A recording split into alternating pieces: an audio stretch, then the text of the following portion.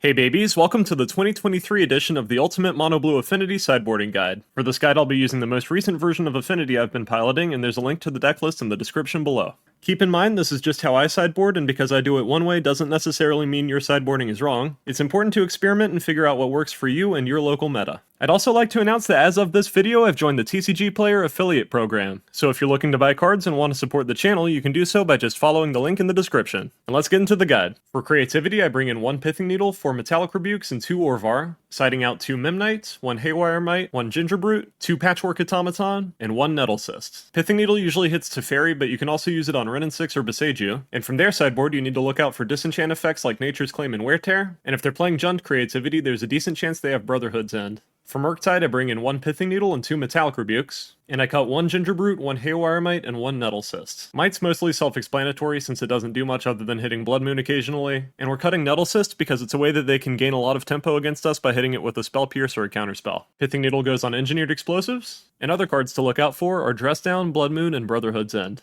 Against Hammertime, I bring in 2 Haywire Mite, 1 Pithing Needle, and 4 Metallic Rebukes, and I cut 1 Welding Jar, 2 Relics, 1 Gingerbrute, 2 Patchwork Automatons, and 1 Thoughtcast. The main sideboard card you need to look out for from them is March of Otherworldly Light, and if they're playing Blue-White Hammertime, it's good to run out your free creatures early in case they're playing Lavinia. Against Scam, I bring in Grafdigger's Cage and Pithing Needle, and I cut 1 Memnite and Haywire Mite. Pithing Needle is usually going to go on Engineered Explosives, but sometimes you'll hit Reflection of Kiki-Jiki with it. And their main cards that you need to look out for are Blood Moon and Hidetsugu Consumes All. If you're having a lot of trouble with Scam and want to make the matchup a little bit better, try playing Etch Champion in your sideboard. Against Footfalls, I bring in 2 Soulless Jailer and 4 Metallic Rebuke, and I cut 2 Memnites, both the Relics, Gingerbrute, and Haywire Mite. And the main sideboard cards you'll see from them are Blood Moon and Force of Vigor. Against Living End, I bring in 2 Soulless Jailers and 4 Metallic Rebukes, and I cut Haywire Mite, both copies of Patchwork Automaton, Nettle Cyst, and 2 Thoughtcasts. Expect to see artifact and enchantment removal like Force of Vigor and Foundation Breaker from their sideboard, and if you're having a lot of trouble with Living End, you can try playing Tormod's Crypt in your sideboard. Against 4-color Omnath, I bring in Pithing Needle and 4 Metallic Rebukes, and I cut 2 Memnites, Haywire Mite, and both the Patchwork Automatons. Pithing Needle is usually on Teferi, but you can also hit Boseiju or sometimes Engineered Explosives with it. You can expect to see Force of Vigor in their sideboard, and if they're playing a build with Risen Reef, also look out for Foundation Breaker. Occasionally, you'll see a copy of Kataki from their sideboard, which they can search out with Eladamri's Call, so try to play around that by getting Aether Spellbomb in play. Against Burn, I bring in 3 Metallic Rebukes, and I cut both the Relics and Nettle Cyst. The main card you need to watch out for against Burn is Deflecting Palm, since it can take out all or most of your life total in one hit. You should also run out your free spells early to avoid taking damage to Roiling Vortex, and Smash to Smithereens is another card you can expect to see from them. Against Jeskai Breach, or generic Ragavan depending on what you're calling it, I bring in Grafdigger's Cage and Pithing Needle, and I cut Haywire Mite and Nettle Cyst. Pithing Needle hits either Engineered Explosives or Teferi, and sideboard cards you can expect to see from them are Dress Down, Blood Moon, and Wear Tear. For Tron, I bring in Pithing Needle and 3 Damping Spheres, and I cut both the Relics, Shadow Spear, and Nettle Cyst. Pithing Needle almost always hits KGC, but sometimes you'll hit Oblivion Stone with it, and from them you need to look out for Boseiju and Haywire Mite. Against Yawgmoth, I bring in Grafdigger's Cage, Pithing Needle, and 4 Metallic Rebuke, and I cut Haywire Mite, 1 Relic, both Patchies, Nettle Cyst, and 1 Thoughtcast. Your Pithing Needle is always going to go on Yawgmoth. Sometimes you'll be tempted to hit Grist with it, but trust me, it's never worth it. And this is going to be a sketchy matchup for you because you can expect a ton of artifact removal like Boseiju, Haywire Mite, and Force of Vigor from them. If you're having a lot of trouble with Yawgmoth and want to make the matchup a little bit better, try playing Curse Totem in your sideboard. Against Domain Zoo, we bring in 3 Metallic Rebukes, and we cut both Relics and Haywire Mite. And because they're playing so many colors, there's a lot of different cards they could have, but you mostly need to look out for generic artifact and enchantment removal like Natural State and Wear Tear, Hidetsugu Consumes All, and sometimes they'll have Alpine Moon, but that's not super common these days.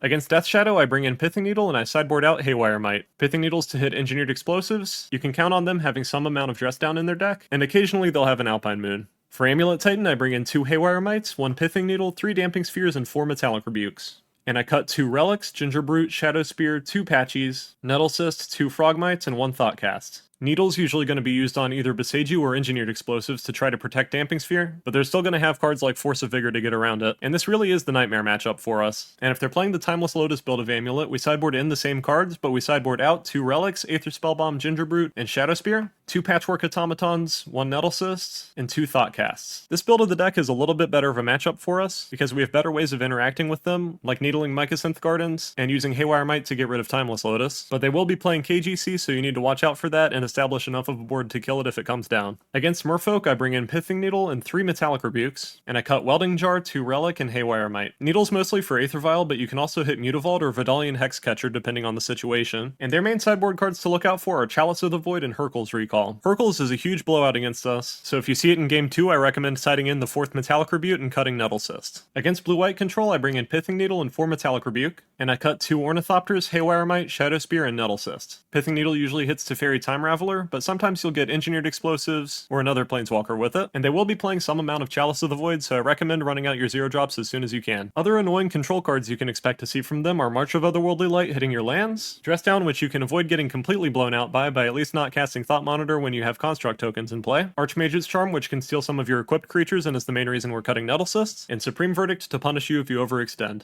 Against Hardened Scales, I bring in 2 Haywire Mites and 1 Pithing Needle, and I cut 1 Memnite and 2 Relic of Progenitus. Pithing Needle usually hits Arcbound Ravager or Walking Ballista, and you can expect them to have their own Pithing Needle, along with artifact removal like Nature's Claim and Force of Vigor. If you're having a lot of trouble with Hardened Scales, you should try adding Curse Totem or Hurkyl's Recall to your sideboard. Against Jund, I bring in Pithing Needle and 2 Metallic Rebukes, and I cut 2 Memnites and Haywire Mite. Needle usually hits Engineered Explosives, Wrenn and 6, or Beseiju, and the main thing to look out for from them is the Blood Moon Brotherhood's End Wombo combo, along with any generic artifact removal they might have in their sideboard. For the Affinity Mirror, I bring in 2 Haywire Mites and Pithing Needle, and I cut Welding Jar and 2 Relics. This is honestly the most fun mirror match I've ever played, because there are so many cards that you can interact with either Haywire Mite or Pithing Needle, and the ability to tutor for your lifelink effect can make the games very swingy. And if you want to make the mirror a lot easier for you, play a couple copies of Hurkyl's Recall in your sideboard. Against the Goryo Food decks, I bring in 2 Haywire Mite, Grafdigger's Cage, and Pithing Needle, and I cut Ginger Brute, 2 Patchwork Automatons, and Frogmite. The main targets for Pithing Needle are Asmore and Underworld Cookbook, and you can expect to see their own Pithing Needle and Haywire Mites out of their sideboard. There's a lot of different builds of the Goryo Food decks though. Sometimes they won't have a Reanimator package, so of course you wouldn't need Grafdigger's Cage in that situation. Just make sure to pay attention to what type of build they're playing and adapt to that. Against Mill, I bring in Pithing Needle and 4 Metallic Rebuke, and I cut Welding Jar, Aether Spellbomb, and 3 Thought Casts. Pithing Needle can hit Engineered Explosives, Field of Ruin, or Jace Perfected Mind depending on the situation, and they don't always have it, but you should expect to see Ensnaring Bridge out of their sideboard and play around it by either getting Haywire Mite or the Ornithopter Cranial Plating combo in play. If you're having a lot of trouble with Mill and want to make the matchup a little bit better, I recommend playing a couple copies of Mirror Enforcer, since adding a couple 7-drops to your deck can make Tasha's Hideous Laughter a lot worse. Against Prowess, I bring in Grafdigger's Cage and I cut Haywire Mite, but it can also be fine to side out Ginger Brute instead of Haywire Mite if you'd rather do that. Grafdigger's Cage turns off Lava Dart and Underworld Breach, and you can expect to see cards like Shattering Spree, Wear Tear, and Alpine Moon from their sideboard. If you're having a lot of trouble with Prowess, I recommend adding a couple copies of Tormod's Crypt to your sideboard, because it can turn off Delirium and it's another way to shut off Underworld Breach. Against Twiddle Storm, I bring in 1 Grafdigger's Cage and 1 Pithing Needle, 3 Damping Spheres, 2 Soulless Jailers, and 4 Metallic Rebukes. And I side out Aether Spellbomb, Ginger Brute, Shadow Spear, 2 Patchies,